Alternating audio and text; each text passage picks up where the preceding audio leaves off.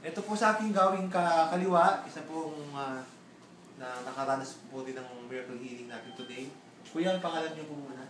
Conrado Batbat. Okay. So si Conrado Kabatbat, ilang taon na po kayo, kuya? 49. 49 years old. Bago po tayo dumaan at pumunta rito ng Somas pa, ano po yung unang yung nararamdaman? Ano po yung masakit sa inyo? Masakit yung mga balikat at sa likod. Okay. Masakit po ang kanyang balikat, masakit po ang kanyang likod. And then, nagpunta po siya rito. Wala po silang idea kung ano po itong gagawin natin. Itong magnesium therapy, transdermal healing. Ngayon po, after almost 1 hour po, na kayo ay na-healing. Ano po ang masasabi niyo? Medyo nawala yung pan ko, sakit ng katawan ko, saka yung mga balikat ko, bumalik. Bumalik. At hindi po tayo uminom ng kahit anong gamot. Hindi po Hindi po, anong tawag doon? Hindi na masahe na namasahe. Oo po, namasahe.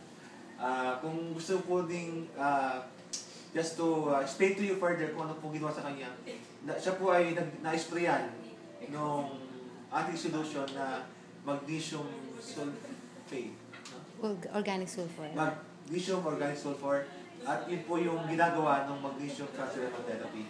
So kuya, sa tingin ko, masaya na kayong lalabas ngayon. Wala na yung pain niyo. Siguro makapagtatrabaho na ako siguro. Oo nga po. At mukha namang masaya na kayo. Kanina medyo, nakita ko yung pagpasok yung medyo wala po sa mood yung mukha ninyo. Ngayon, masaya na si kuya.